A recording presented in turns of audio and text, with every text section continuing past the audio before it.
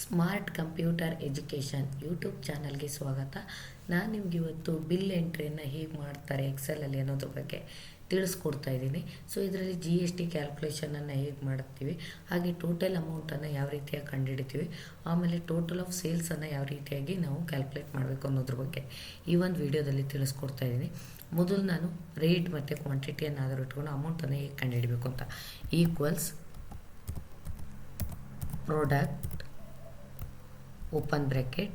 ಈಗ ನಾವು ರೇಟ್ ಮತ್ತು ಕ್ವಾಂಟಿಟಿಯನ್ನು ಸೆಲೆಕ್ಟ್ ಮಾಡ್ಕೊಂಡು ಓಪನ್ ಬ್ರ್ಯಾಕೆಟನ್ನು ಕ್ಲೋಸ್ ಕೊಟ್ಟರೆ ಆಯಿತು. ಈಕ್ವಲ್ಸ್ ಪ್ರಾಡಕ್ಟ್ ಅಂದರೆ ಮಲ್ಟಿಪಲ್ ಮಾಡೋದು into rate into quantity enter. So ಈಗ ಬಂದಿದೆ. ನೆಕ್ಸ್ಟ್ ನಮಗೆ GST ಕ್ಯಾಲ್ಕುಲೇಷನನ್ನು ಮಾಡಬೇಕು.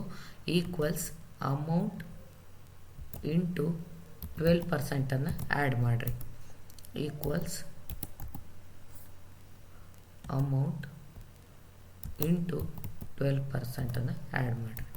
ಸೊ ಇವಾಗ ಅಮೌಂಟ್ ಬಂತು.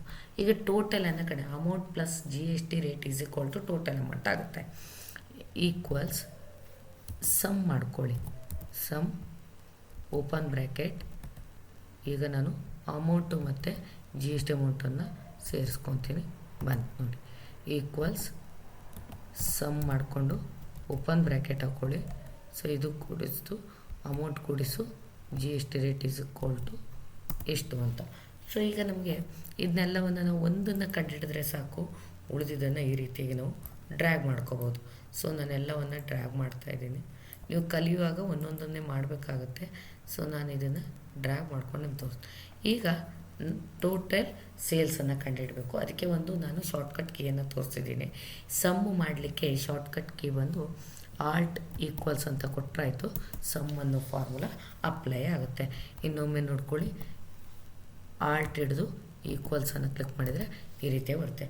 ಸೊ ಈ ರೀತಿಯಾಗಿ ನೀವು ಕೂಡ ಎಕ್ಸೆಲಲ್ಲಿ ಒಂದು ಎಂಟ್ರಿ ಏನಿದೆ ಬಿಲ್ ಇನ್ವಾಯ್ಸ್ ಬಿಲ್ ಎಂಟ್ರಿಯನ್ನು ಕೂಡ ಮಾಡ್ಕೋಬೋದು. ಹಾಗೆ GST ಕ್ಯಾಲ್ಕುಲೇಷನನ್ನು ಕೂಡ ಮಾಡ್ಬೋದು. ಏನು ಬಿಲ್ಲಿಂಗ್ ಸಾಫ್ಟ್ವೇರ್ಗಳಲ್ಲಿ ಮಾಡ್ತಾರಲ್ಲ ಅದೆಲ್ಲವೂ ಕೂಡ ಎಕ್ಸೆಲಲ್ಲಿ ಕೂಡ ಮಾಡ್ಬೋದು ಅಂತ ಹೇಳ್ತಾ ಮುಂದಿನ ವಿಡಿಯೋ ಜೊತೆ ಬರ್ತೀನಿ. ಅಲ್ಲಿವರೆಗೂ ಟೇಕ್ ಕೇರ್.